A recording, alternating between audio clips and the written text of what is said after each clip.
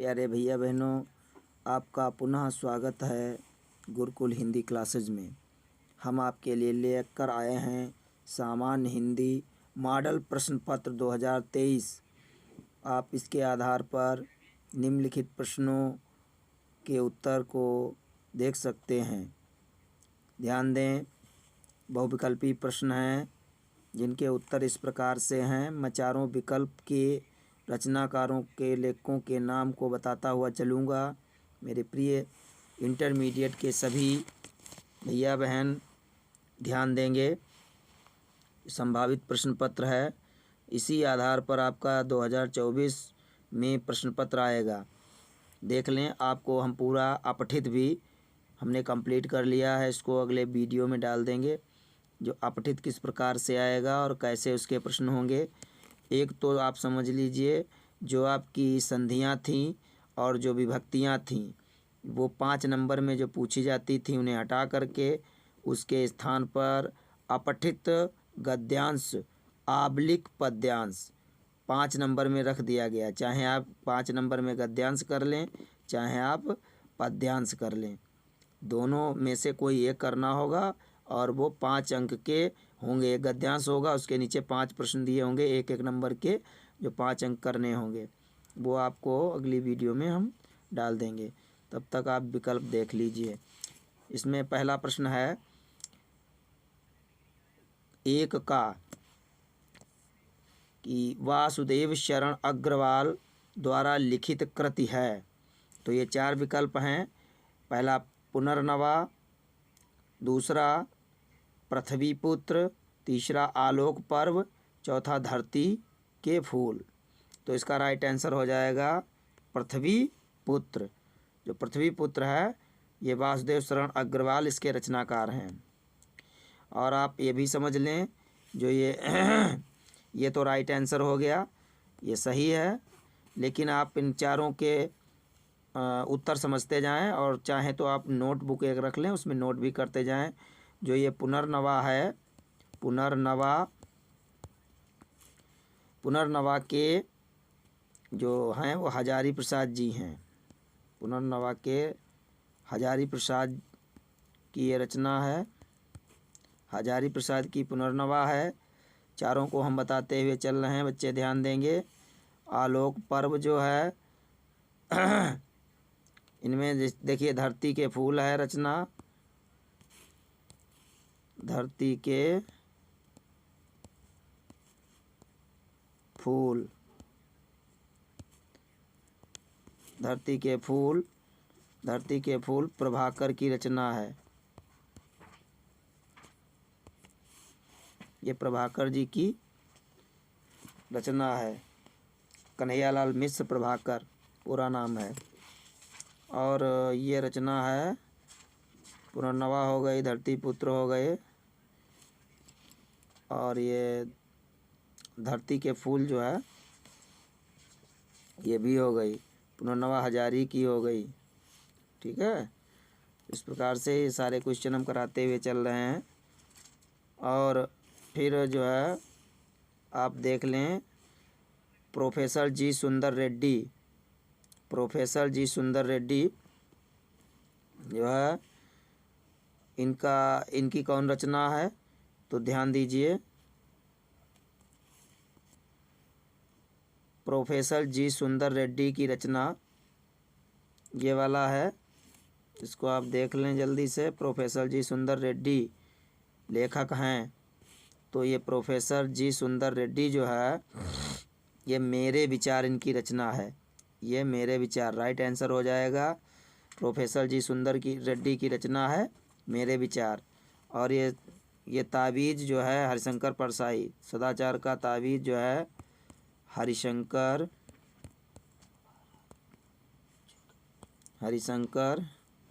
परसाई की रचना है, परसाई जी की।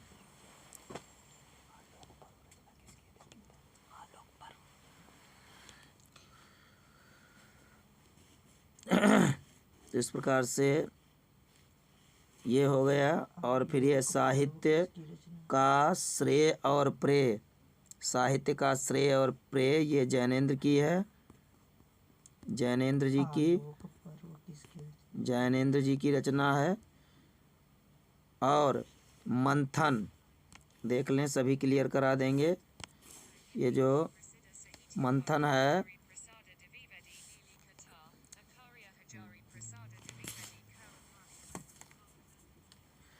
मंथन, ध्यान दें बच्चे, ध्यान देंगे। जो ये मंथन रचना है, मंथन किसकी रचना है? मंथन, मंथन जैनेन्द्र कुमार की रचना है। मंथन ये जैनेन्द्र कुमार की रचना है, जैनेन्द्र जी हैं। तो इसमें ये हमने चारों को क्लियर करा दिया। और इसका सही उत्तर मेरे विचार, मेरे विचार।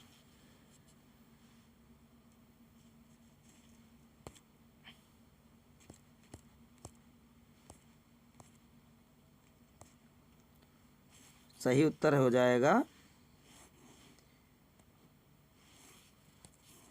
मेरे विचार, इसमें ये राइट आंसर।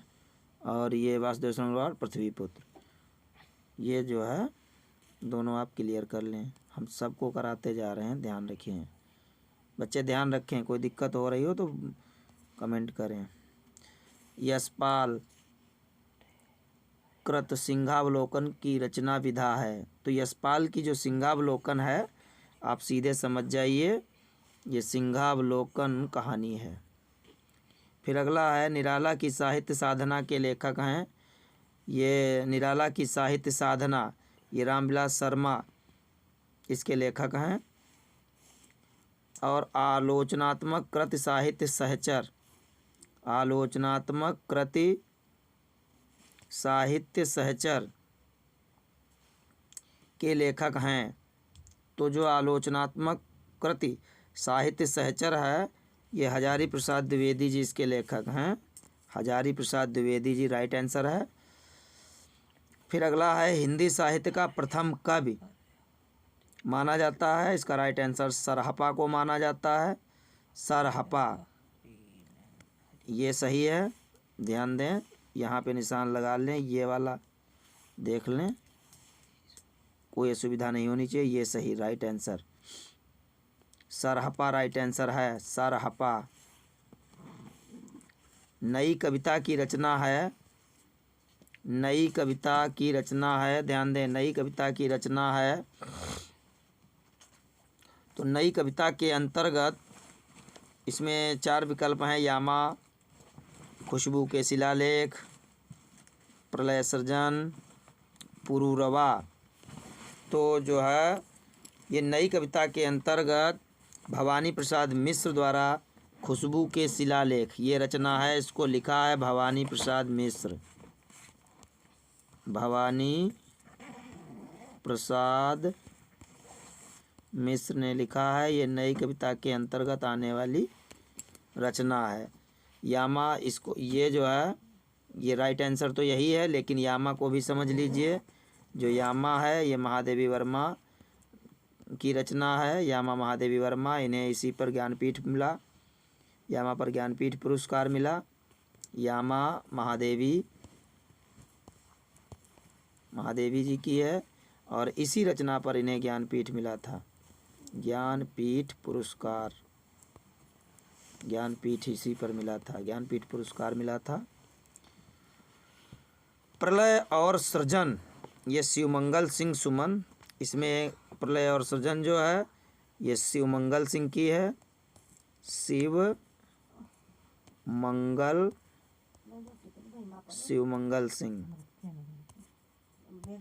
शिवमंगल सिंह सुमन इसके रचनाकार हैं। और पुरूरवा जो है, पुरूरवा ये रामधारी सिंह दिनकर की रचना है। उर्वशी और पुरूरवा ये दिनकर हैं इसके। समझते चलें, 4 विकल्प एक साथ में क्लियर हो रहे हैं। इसको हटा लें और पुनः समझ लें नई कविता जो है खुशबू के शिलालेख। खुशबू के शिलालेख।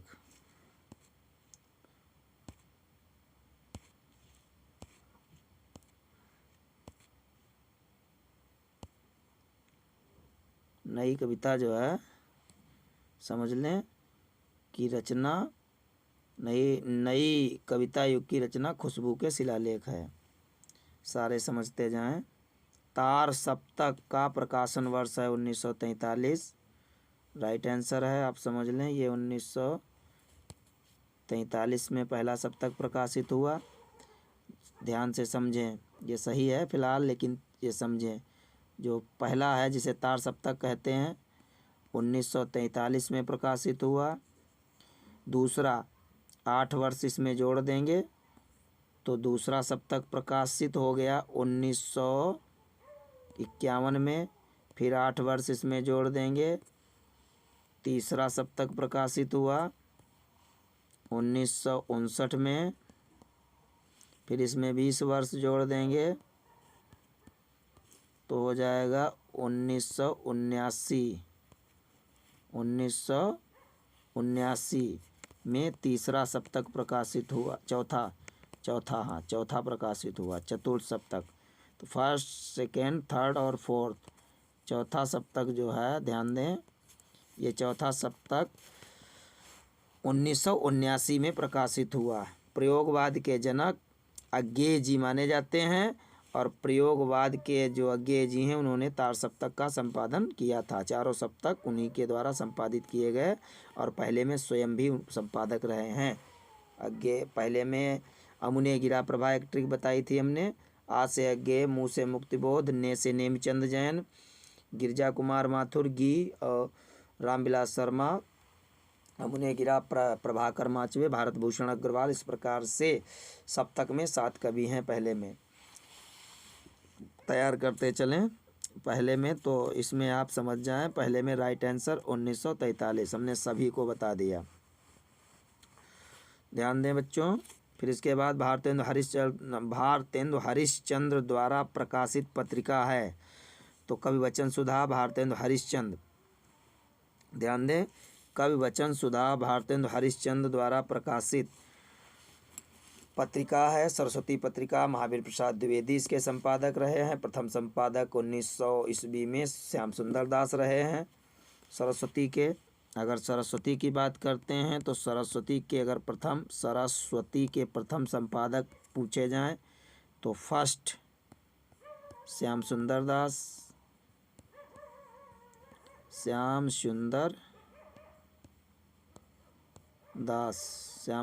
दास। और यदि फर्स्ट और ये कुछ ना हो, इन्होंने 1900 में शुरू किया था, ठीक है। और अगर पूछा जाए खाली आ जाए सरस्वती का संपादक, खाली संपादक पूछा जाए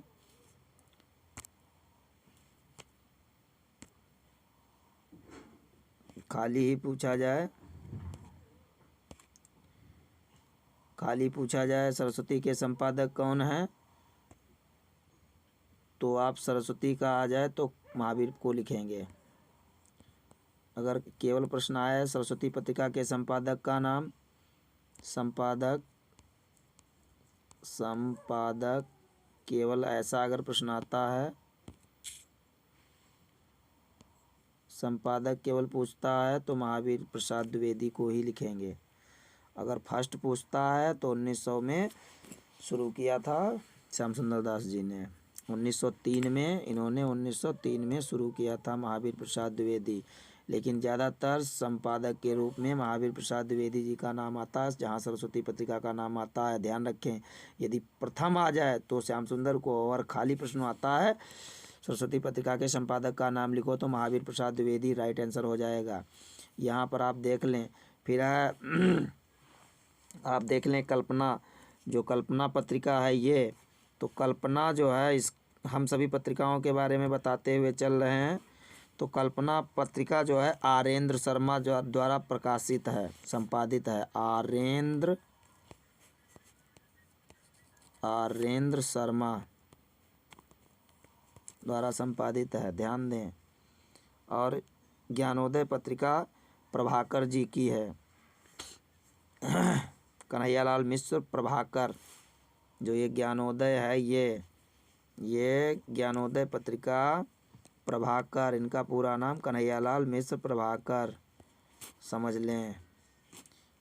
और कवि बच्चन सुधा भारतेंदु हरिश्चंद्र। तो इसमें इन सभी को जानने के बाद राइट आंसर ये है, इनको समझ लें।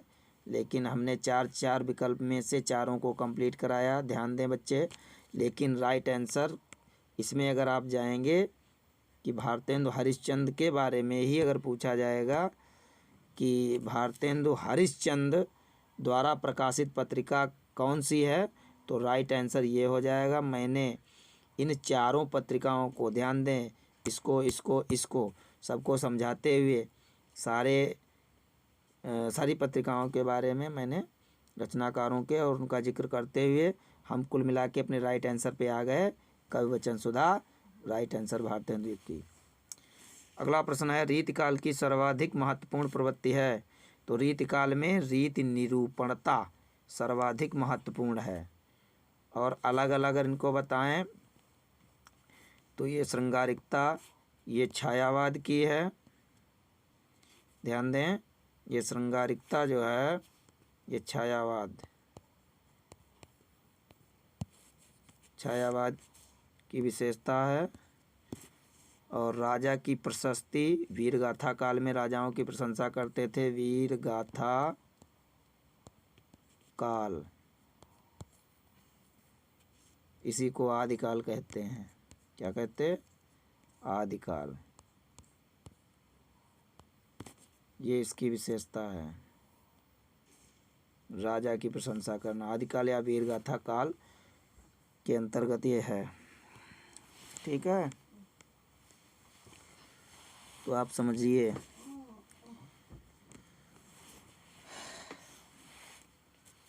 इनको समझ लें। और नीति जो है भक्ति काल में, नीति, भक्ति और नीति, ये जो है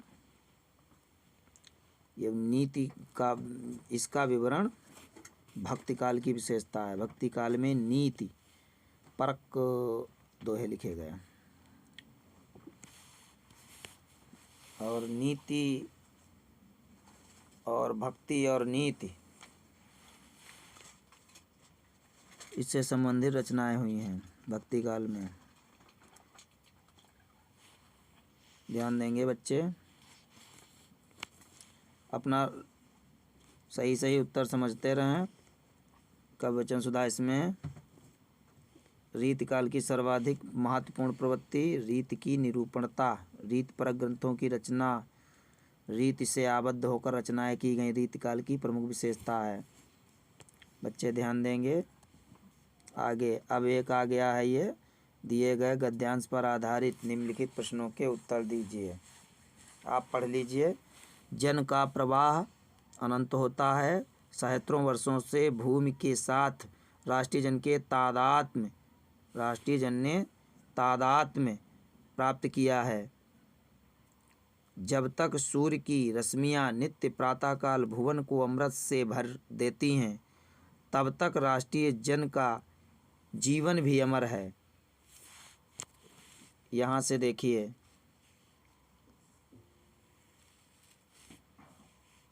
फिर अग्रिम पंक्ति है, रश्मियाँ नित्य भुवन को अमृत से भर देती हैं। जब तक राष्ट्रीय जन का जीवन अमर है, अनेक उतार चढ़ाव आने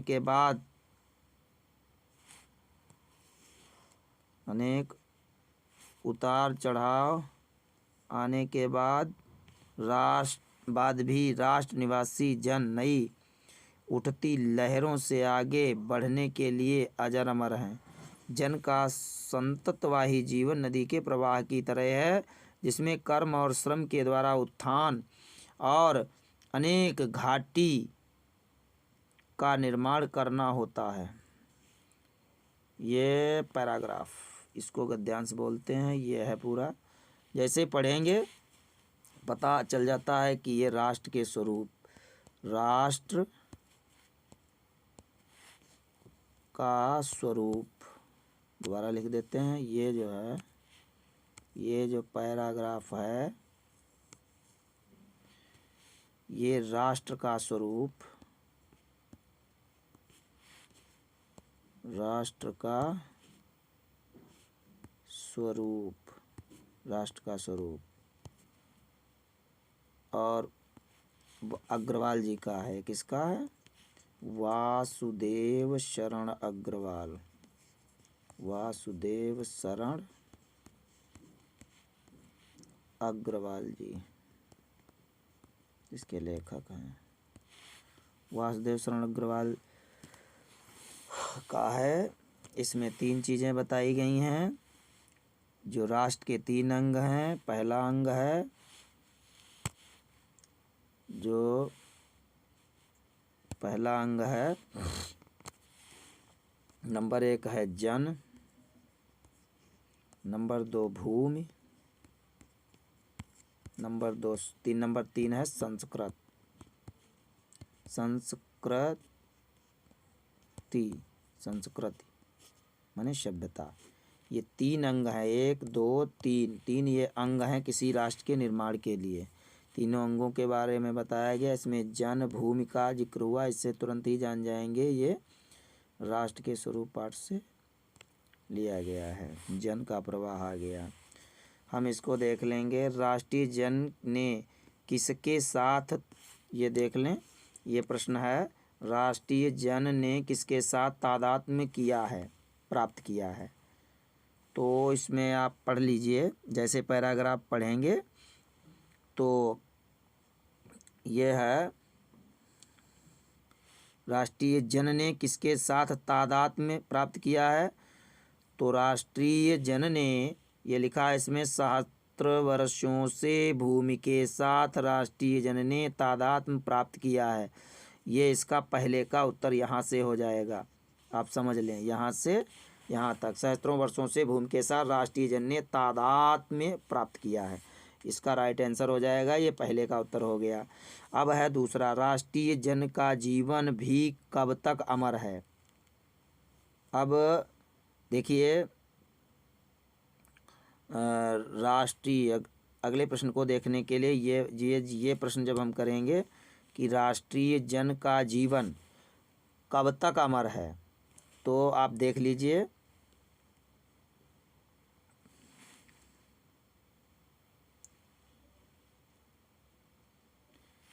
इसका उत्तर है राष्ट्रीय जन का जीवन, यहाँ से इसका उत्तर है, जब तक सूर्य की रश्मियाँ नित्य प्रातः काल भुवन को अमृत से भर देती हैं तब तक ऊपर देखिए, तब तक राष्ट्रीय जीवन भी अमर है। जब तक सूर्य की रश्मियाँ नित्य प्रातः भुवन को अमृत से भर देती हैं तब तक राष्ट्रीय जन का जीवन भी अमर है। ये दूसरे का उत्तर हो जाएगा। तीसरे का उत्तर देख लीजिए, ये है, जन का संततवाही जीवन किस तरह है। तो यहाँ से आप इसको, ये इसका उत्तर देख लें। जन, यहाँ से, जन का संततवाही जीवन नदी की धारा की तरह है। किस तरह है? नदी की धारा की तरह है। यहाँ तक है, यहाँ तक इसको लिख लेंगे। अगला प्रश्न है, रेखांकित अंश की व्याख्या कीजिए। जिनके नीचे रेखा खींची है उनकी हमें व्याख्या करनी है। तो इसमें आपको व्याख्या करनी है। लेखक कहता है कि जब तक संसार में सूर्य की किरणें नित्य प्रातःकाल इस संसार को अपने अमृत से परिपूर्ण करती रहेंगी, तब तक हमारे राष्ट्रीय लोगों का जीवन भी अजर अमर रहेगा।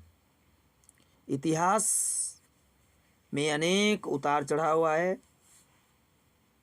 उसके बाद भी, उतार चढ़ावों को पार करने के बाद भी हम सभी राष्ट्र निवासी जन नई उठती हुई लहरों की भांति आगे बढ़ने के लिए सदैव उद्यत रहे और हम इसीलिए उस पर अमर प्राणियों की भांति और कभी वृद्ध ना होने वाले अमर प्राणियों की भांति निरंतर उस पर आगे बढ़ते जा रहे हैं।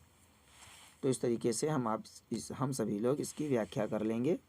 ये हमें व्याख्या केवल इतनी करनी है, यहाँ से लेकर के ये और ये यहाँ तक, बस यहाँ तक करनी है। फिर इसके बाद में हम देख लें अगला हमारा प्रश्न है जो नेक्स्ट पेज पे पहुँचेगा। दिए गए, ये उसी का बैक का है, दिए गए गद्यांश का शीर्षक एवं लेखक का नाम। तो पहले लिख दिया। गद्यांश का शीर्षक राष्ट्र का स्वरूप, राष्ट्र का स्वरूप, ये पाठ का नाम है, ये पाठ है, पाठ है राष्ट्र का स्वरूप। और इसके लेखक हैं, लेखक वासुदेव शरण अग्रवाल, वासुदेव शरण अग्रवाल जी।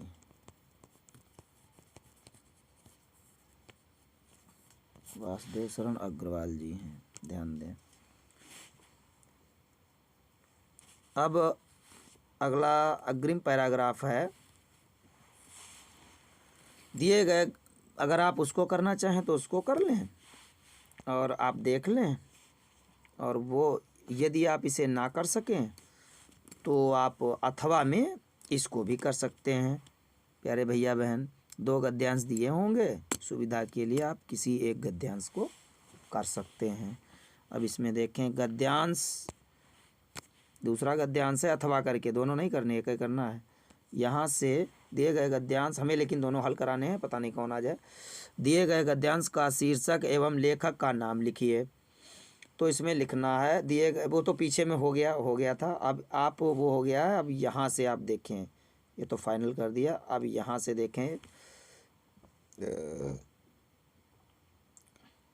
का कई महीने बाद आए, का कई महीने के बाद आए, चाय पीकर के अखबार देख रहा था, वे तूफान की तरह कमरे में घुसे, साइक्लोन की तरह मुझे अपनी भुजाओं में जकड़ा, और तब मुझे धृतराष्ट्र की भुजाओं में जकड़े हुए भीम के पुतले की याद आ गई। और यहाँ से है, फिर यहाँ तक अंडरलाइन है, यहाँ तक अंडरलाइन है। फिर आगे है, धृतराष्ट्र की ही जकड़ थी। अंधे धृतराष्ट्र ने टटोलते हुए पूछा, कहाँ है भीम? आ बेटा, तुझे कलेजे से लगा लूं। और जब भीम का पुतला उनकी पकड़ में आ गया तो उन्होंने प्राणघाती स्नेह से उसे जकड़ कर चूर कर डाला। ध्यान दें, यानी जब जो छल का अगर धृतराष्ट्र आलिंगन करे तो पुतला ही हमें आगे बढ़ाना चाहिए, क्योंकि संसार में जो छल कपटी लोग हैं, झूठे हैं, उनसे हमें बचना चाहिए। तो इसमें हम इन पैराग्राफ में देखेंगे कि का किस तरह कमरे में घुसे और उन्होंने किस तरह, ये प्रश्न देखें, किस तरह कमरे में घुसे और उन्होंने किस तरह मुझे भुजाओं में जकड़ा। तो का जो है, साइक्लोन की तरह मुझे अपनी भुजाओं में उन्होंने जकड़ लिया, तूफान की तरह कमरे में घुसे। तो आप यहाँ से अब इसका उत्तर लिख लेंगे, किस तरह कमरे में घुसे। तो इसका उत्तर है का तूफान की तरह मेरे कमरे में घुसे, और किस तरह अपनी भुजाओं में जकड़ लिया, साइक्लोन की तरह अपनी भुजाओं में जकड़ लिया, जकड़ा। ये उत्तर हो जाएगा पहले का। दूसरा, मुझे किसके पुतले की याद आ गई। तो यहाँ पे आप देख लीजिए, मुझे भीम के पुतले की, धृतराष्ट्र की जकड़ थी उसमें, तो भीम के पुतले की याद आ गई। मुझे किसके पुतले की? तो इसमें भीम के पुतले की। भीम के पुतले की। भीम के पुतले की याद आ गई। धृतराष्ट्र ने पुतले धृतराष्ट्र ने, अगला ये प्रश्न है, धृतराष्ट्र ने भीम के पुतले के साथ क्या किया? तो आप सभी जानते हैं धृतराष्ट्र ने भीम के पुतले को पकड़कर चकनाचूर कर दिया, तोड़ दिया। दिए गए गद्यांश के पाठ का नाम तो आप समझ लें, निंदा रस है। पाठ का नाम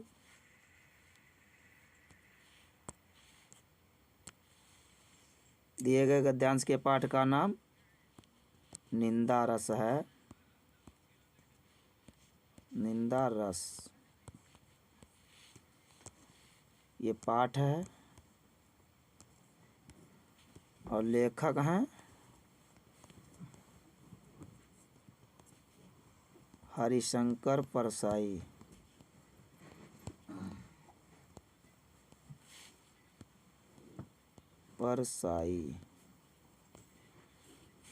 हरिशंकर परसाई जी हैं। ठीक,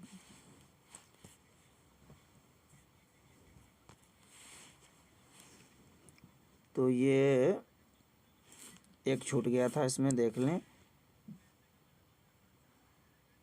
ये वाला रेखांकित अंश की व्याख्या में इम्पॉर्टेंट, इसको देखें। लेखक कहता है कि मैं सुबह चाय पीता हुआ बैठा था कि अमुक व्यक्ति मेरे कमरे में आया।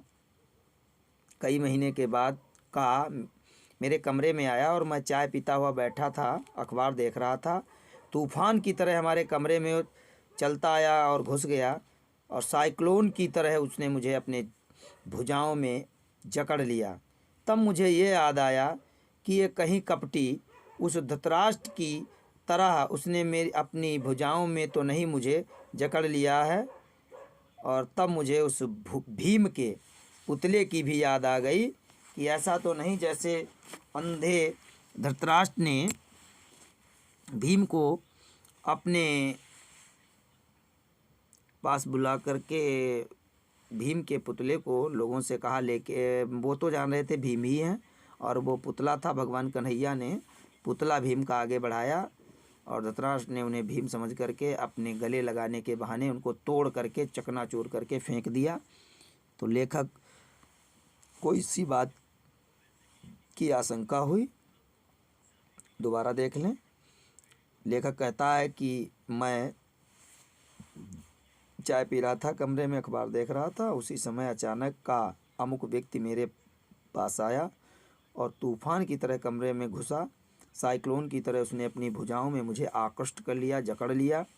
तब मुझे ऐसा प्रतीत हुआ कि वो अंधा जैसे धृतराष्ट्र ने भीम के पुतले को अपनी भुजाओं में ले करके और उसे चकनाचूर कर दिया था, और उसी की आशंका लेखक को हो गई।